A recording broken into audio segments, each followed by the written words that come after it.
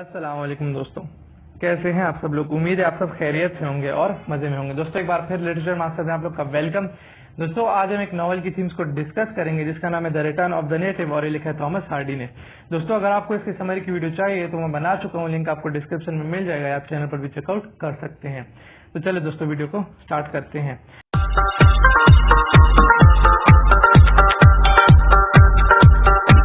दोस्तों थीम्स में हमारे पास जो फर्स्ट थीम है वो है man and the natural world. दोस्तों इसका मतलब ये है कि हम जैसा सलूक नेचर के साथ करेंगे, नेचर वैसा सलूक हमारे साथ करेगी। ये जो थीम है तकरीबन सारे कैरेक्टर्स के साथ रिलेट करती है किसमें, इस नॉवल में।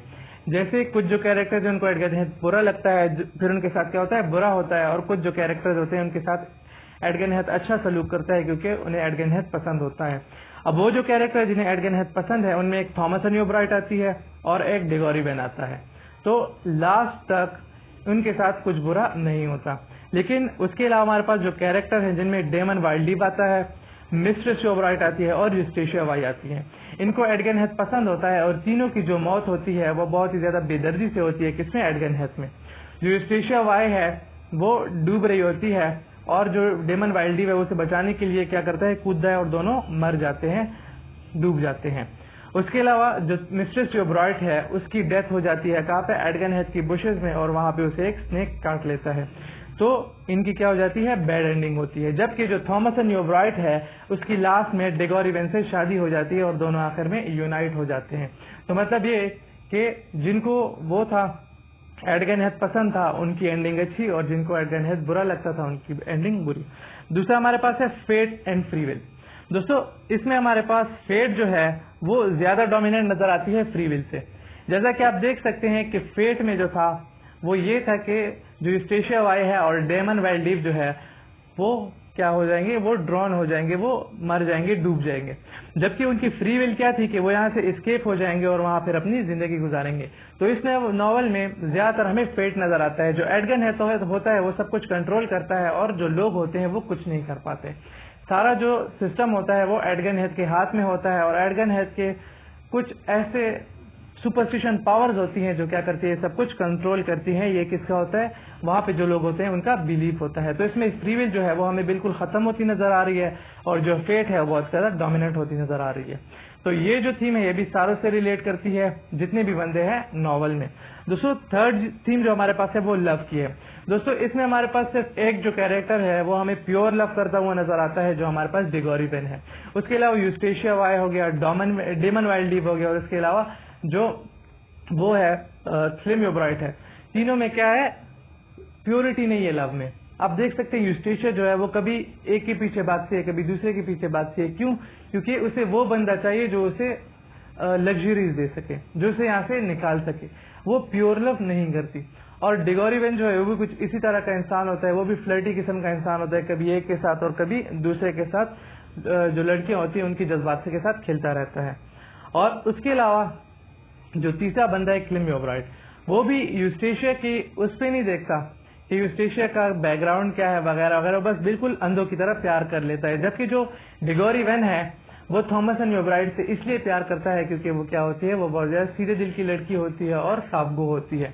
तो बाकी जो सारे लव है वो ब्लाइंडेड है, जबकि जो डिगोरी वेन है उसका लव क्या है, वो प्योर लव है। और लास्ट में वो क्या कर लेता है, शादी भी कर लेता है थॉमस न्यूब्राइट से। दोस्तों चौथी जो थीम है वो हमारे पास फैमिली की है। इसमें फैमिली की रियूनियन हमें कहीं नहीं मिलती। हमने इसमें एक भी जगह ऐसे नहीं दिखाई गई जहां पे उनके पेरेंट्स कंप्लीट हो, फादर एंड मदर दोनों हो। अब आप स्लिम न्यूब्राइट की बात कर लें तो आप भी उसकी पेरेंट में सिर्फ उसकी मदर है। यूस्टेशिया वाई की बात कर ले तो उसमें उसके जो वो है ग्रैंड फादर है उसको मेंशन किया गया। तो सारे जो कैरेक्टर्स हैं वो इधर उधर होते हैं। और जो मिस्ट्रेस न्यूब्राइट है उसकी अपने बेटे के साथ बाद में नहीं लगती। क्यों? क्योंकि वो यूस्टेशिया वाई से शादी कर लेता है।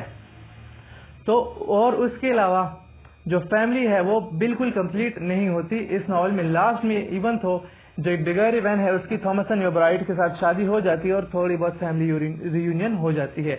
जबकि उसके अलावा यूस्टेशिया वाई जब उसके साथ शादी कर ली थी स्लिम न्यूब्राइट के साथ, तो फिर उसमें उनमें क्या आते हैं, क्लैशेज आते हैं, और क्लैशेस की वजह से वो फिर चली जाती है। और उसके अपनी माम के साथ भी क्लैशेज आते हैं क्योंकि वो फर्ज कटर की जॉब को वो कर लेता है, इख्तियार कर लेता है। उसके पहले स्कूल कीपिंग की जॉब जो उसकी माँ को पसंद नहीं होती। तो सारी जगह क्लैशेज ही चलते रहते हैं। जबकि लास्ट में जो आप कह सकते हैं डिगोरी वेन्यूज की शादी हो जाती है थॉमसन योब्राइट से। तो इसमें हमें कहाँ पे भी फैमिली यूनियन नहीं मिलता, फैमिली रियूनियन है ही नहीं इसमें। फिर हमारे पास जो अगली थीम है वो ट्रेडिशन एंड कस्टम।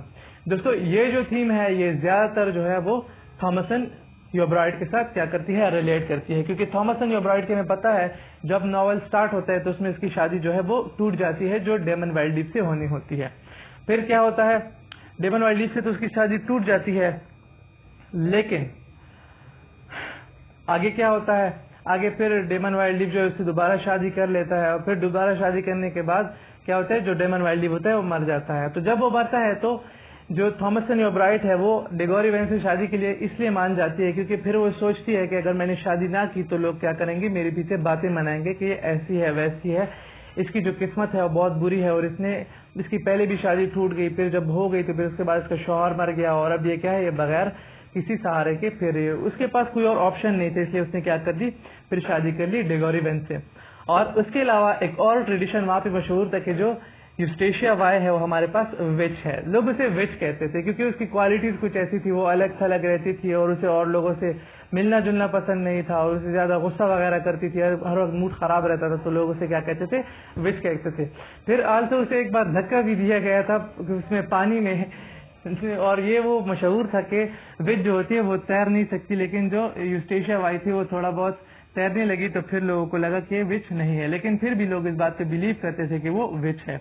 फिर प्राइड की जो थीम है हमारे पास रिलेट करती है एक तो मिस्ट्रेस योब्राइट के साथ, एक यूस्टेशिया के साथ। मिस्ट्रेस योब्राइट और यूस्टेशिया के साथ कैसे कि जब जो क्लेम योब्राइट है उसने फर्ज कटर की जॉब स्टार्ट की तो जो क्लेम योब्राइट की ममा है, जो मदर है मिस्ट्रेस योब्राइट, उसे भी ये बात बिल्कुल पसंद नहीं थी। उसके प्राइड को थोड़ा ठेस पहुंची थी कि मेरा बेटा क्या कर रहा है यहाँ पे, अब झाड़ियां वगैरह काट रहा है। और उसकी जो बीवी थी यूस्टेशिया वाई वो तो जाना चाहती थी पेरिस, लेकिन किस्मत ऐसी थी कि वो पहले स्कूल कीपर बन गया, उसने स्कूल खोल लिया और उसके बाद क्या हुआ, उसने एक फर्ज कटर की जॉब स्टार्ट कर ली। तो इन दोनों को क्या हुआ, प्राइड था, गरूर था, और इनका गरूर जो था वो इस बात से उसको बहुत ज्यादा ठेस पहुंची। ऑल्सो फिर बाद में जो इनका गरूर था उसको इनका अंजाम भी मिला और ये दोनों क्या थी, मर गई, क्योंकि एडगन हैथ को ये गरूर इनका पसंद नहीं आया।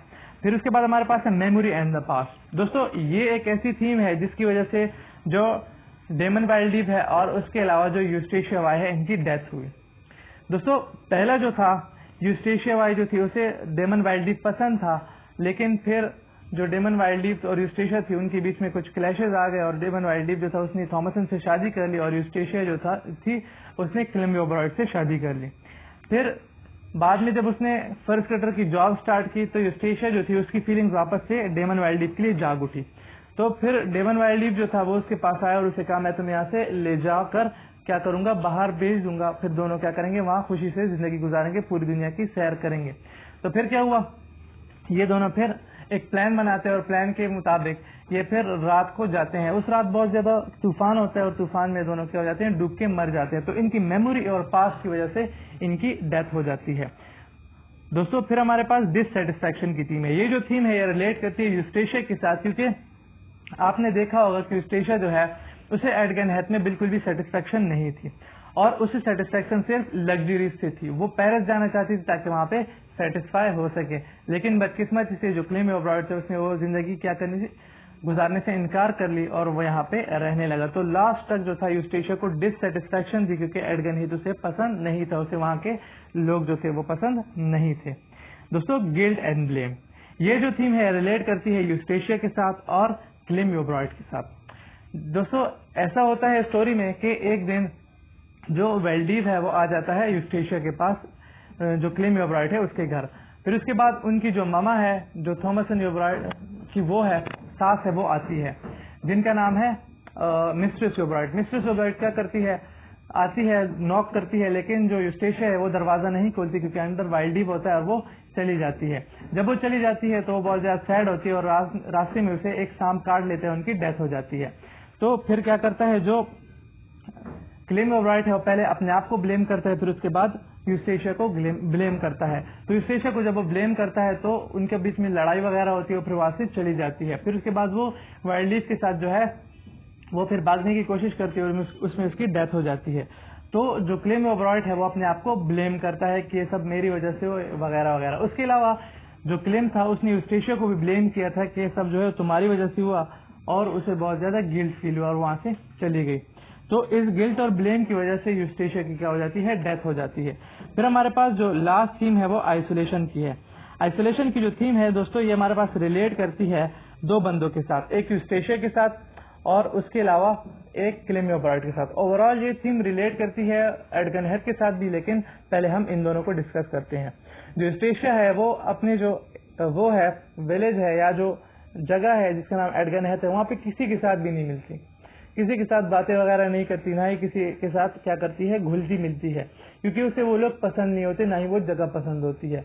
तो इसलिए लोग उसे क्या कहते हैं, विच कहते हैं। जबकि दूसरा जो बंदा है जिसके साथ रिलेट करती है वो है क्लेमी ओबराइट। क्लेमी ओबराइट के साथ कैसे रिलेट करती है कि जब उसकी मदर की डेथ हो जाती है और उसके अलावा जो उसकी बीवी है उसकी भी डेथ हो जाती है, तो जो क्लेमी ओबराइट है वो बिल्कुल अकेला हो जाता है और अकेले में वो क्या करता है, बस प्रीचिंग शुरू कर देता है, लोगों को अच्छी बातें बताना शुरू कर देता है, क्योंकि अब वो अकेला और तन्हा हो चुका है अपनी गलतियों की वजह से, अपनी बैड कम्युनिकेशन की वजह से, बैड फीलिंग्स उसकी वजह से, समझने की वजह से कि वो लोगों की फीलिंग्स नहीं समझ पाता, लोगों की इमोशंस नहीं समझ पाता, और उसके अलावा उन पर रिएक्शन नहीं शो कर पाता, क्योंकि वो बाहर रह चुका होता है और उसे इन चीजों का पता नहीं होता। तो आइसोलेशन जो है उसके साथ वो करती है, रिलेट करती है। उसके अलावा एडगन हेथ जो है वो बाकी दुनिया से बिल्कुल अलग थलग एक लोनली जगह है, तो ये उसके साथ भी रिलेट करती है। और एडगन हेथ के लोग जो हैं उन्हें बाहर की दुनिया का पता नहीं होता, और जब क्लेमी ओबराइट आता है फिर वो उन्हें बाहर के किस्से सुनाता है तो वो बहुत ज्यादा गौर से सुनते हैं और उससे पूछते हैं कि बाहर क्या था वगैरह वगैरह। तो ये जो थीम है ये रिलेट करती है एडगन हेथ के साथ, क्लेमी ओबराइट के साथ और यूस्टेशिया वाई के साथ। तो दोस्तों अगर आप लोग को वीडियो अच्छी लगी तो लाइक कर दीजिएगा, चैनल को सब्सक्राइब कर दीजिएगा और साथ ही नोटिफिकेशन बेल आइकन को क्लिक कर दीजिएगा ताकि इन फ्यूचर मेरी वीडियोस की नोटिफिकेशन आपको मिल सके। तो दोस्तों आज के लिए बस इतना ही, नेक्स्ट वीडियो मिलते हैं, तब तक के लिए अल्लाह हाफ़िज़ and thanks for watching my video.